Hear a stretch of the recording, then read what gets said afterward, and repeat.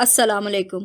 ہماتن گوش میں خوش آمدید. تمام نئے آنے والے دوستوں سے گزارش ہے کہ ہمارے چینل ہماتن گوش کو لائک، شیئر اور سبسکرائب کریں اور ساتھ ہی بیل آئیکن کو پریس کر دیں تاکہ ہر نئی آنے والی ویڈیو کا نوٹیفیکیشن آپ کو بر وقت مل سکے، اور کمنٹ باکس میں اپنی قیمتی آراء سے ضرور آگاہ کیجیے گا. شکریہ.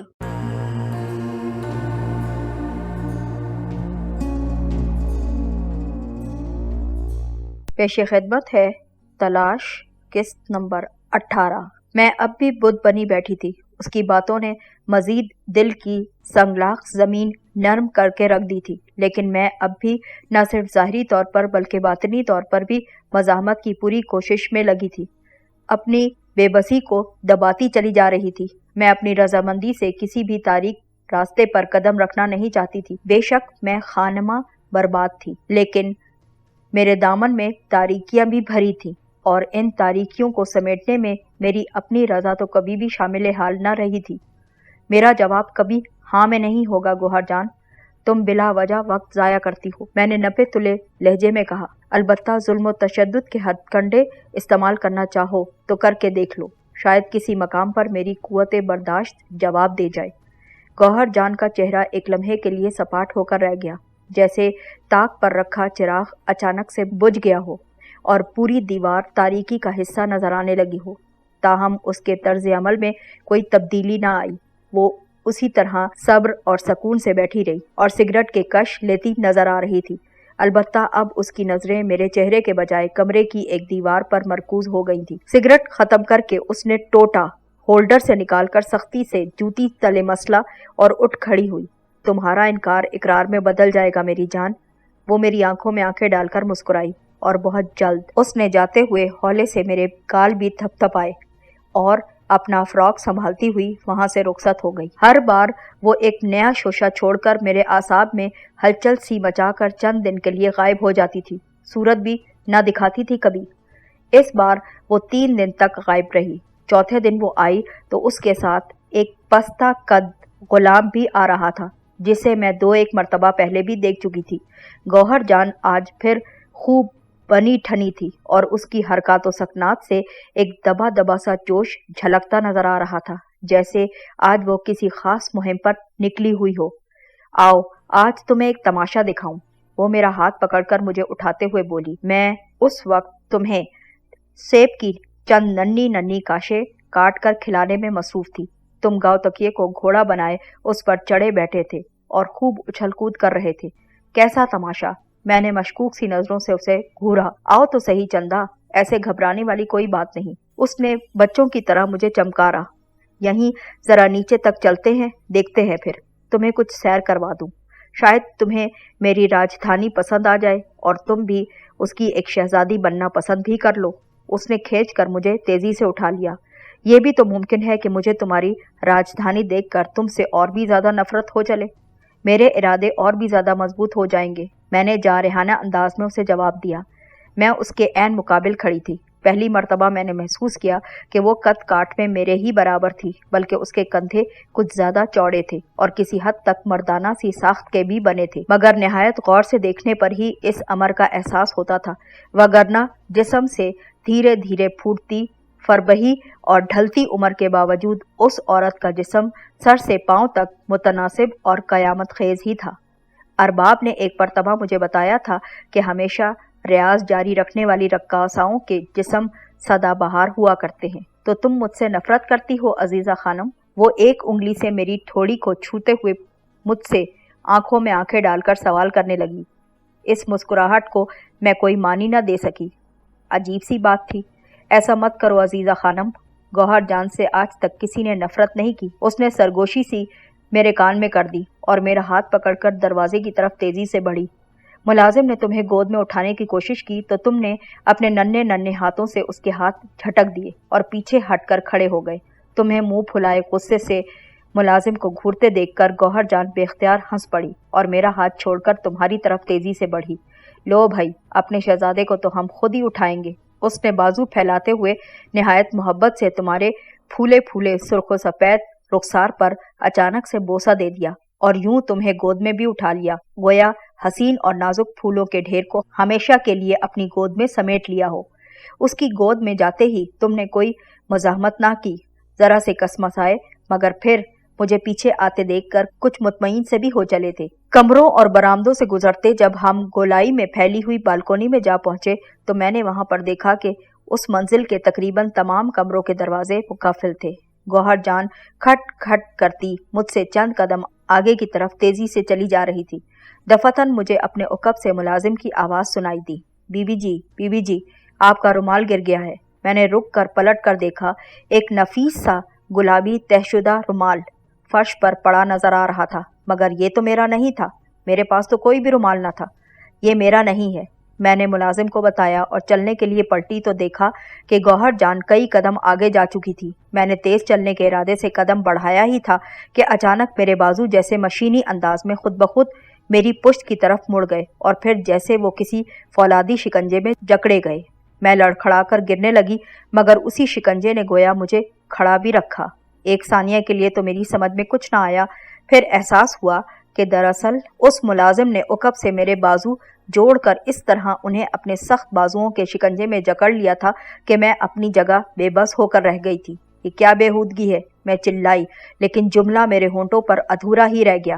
میری نظر گوہر جان پر پڑی تھی جو چلتے چلتے رک چکی تھی۔ میری طرف رخ کر کے اس نے اچانک تمہیں دونوں بازوؤں سے پکڑا اور جنگلے پر جھک کر تمہیں چھولے دینے لگی۔ تمہارا ننھا سا وجود اب بہت بڑے کنویں سے مشابہ صحن میں لٹکا ہوا نظر آ رہا تھا۔ 3 منزل نیچے رنگ برنگی ٹائلوں والا صحن کا فرش چمکتا نظر آ رہا تھا۔ صحن کے وسط میں مجھے وہی شخص ببن بادشاہ بھی کھڑا نظر آیا جو ایک بار میری بے بسی پر دل کھول کر ہنس بھی چکا تھا۔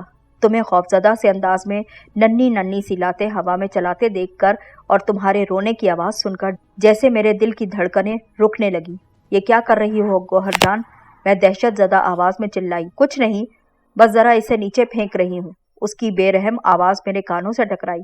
اس کی آواز میں کسی بھی جذبے کا شعور میں محسوس نہیں کر سکتی تھی، صرف موت کی سی یکبستگی اس کے لہجے میں موجود تھی۔ 3 دن پہلے میں نے تمہیں جو پیشکش کی تھی، اگر وہ اب بھی تم نے قبول نہ کی تو میں منصور کو نیچے پھینک دوں گی۔ کیا سمجھی تم؟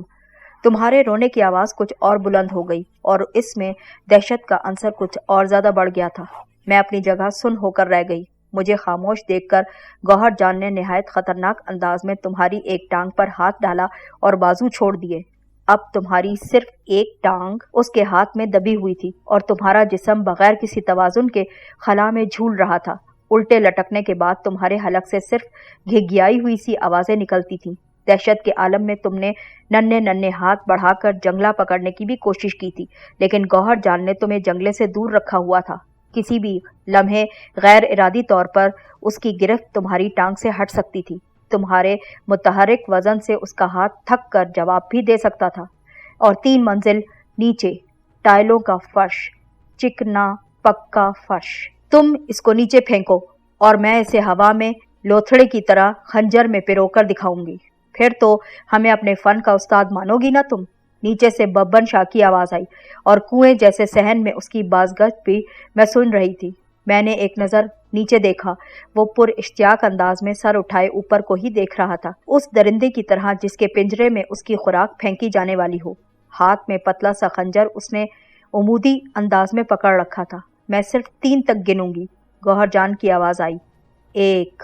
میرے سینے میں دھڑکنیں کچھ کم ہو چکی تھیں، دل کی جگہ جیسے ایک تاریک خلا باقی رہ گیا تھا۔ اپنی جان پر تو میں ہر عذاب سہ سکتی تھی، لیکن اپنے جگر گوشے کو اپنی ہاں یا نہ کی بدولت موت کی آغوش میں جاتے دیکھنے کا حوصلہ شاید میرے اندر نہیں تھا۔ کوئی ماں یہ حوصلہ کہاں سے لاتی؟ اور پھر میرے لیے تو صرف مامتا ہی کے پلے صراط کو عبور کرنے کا مسئلہ نہ تھا۔ میرے ذہن میں جو ایک دھندلا سا جال پھیلنے لگا تھا، زخموں کی مسیحائی کا جو مبہم سا راستہ ابھرنے لگا تھا، اس کے لیے بھی تو امید کی ایک چھوٹی سی کرن تم ہی تو تھے۔ ابھی تو مجھے بہت کچھ سوچنا تھا، بہت سے فیصلے کرنے تھے مجھے۔ امید کی اسی چھوٹی سی کرن سے محرومی میں میں سب کچھ کھو دیتی، اور یہ میں کیسے برداشت کر سکتی تھی؟ اسی کرن کے علاوہ میرے پاس، اس کرن کے علاوہ زندگی میں اب میرے پاس کیا باقی رہ گیا تھا؟ اگر اس سے بھی محروم ہونا تھا تو پھر خود بھی زندہ رہنے کی کیا ضرورت تھی مجھے؟ اور اگر اس کے ساتھ خود بھی موت کے سپرد کر دیا تو کتنوں کے ذمے کتنے ہی قرض